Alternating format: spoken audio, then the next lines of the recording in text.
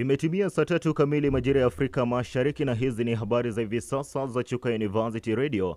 Hujambo na karibu. Naitwa Collins Kefa na baadhi ya taarifa tulizokuandalia asubuhi hii ya leo. Rais Ruto asema serikali itaendelea kutoa michango kanisani. Wanafunzi wanaotuma maombi ya kujiunga na vyuo vikuu nchini wapungua. Waziri Duale abatilisha ripoti iliyotolewa awali ya uchunguzi wa uuzaji wa figo.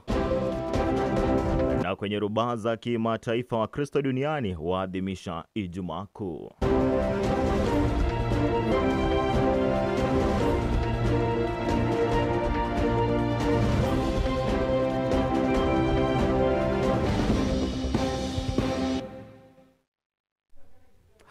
Rais William Ruto ameshikilia kuwa serikali yake itaendelea kutoa michango kanisani, akiahidi